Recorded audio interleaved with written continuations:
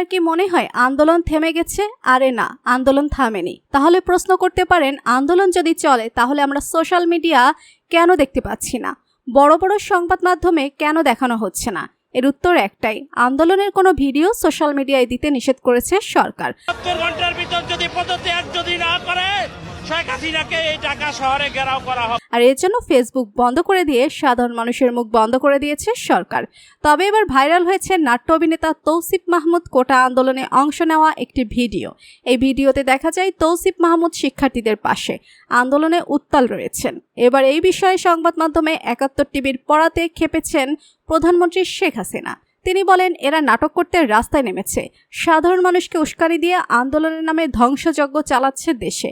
২০০৮ থেকে ২০২৪ আমি যে উন্নয়ন করেছি, দেশে সেই উন্নয়ন কয়েকদিনে ধ্বংস করে দিয়েছে এই উস্কানি। আমি এর কঠিন বিচার চাই। এর বিচার দেশের জনগণকে করতে হবে।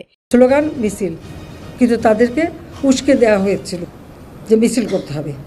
এছাড়া সংবাদ মাধ্যম থেকে আরও জানা যায়, ফেসবুক ও টিকটকে যারা উস্কানিমূলক কথা দ্বারা আন্দোলনকারীরা প্রভাবিত করেছে তাদের তদন্ত সাপেক্ষে আইনের আওতায় আনা হবে।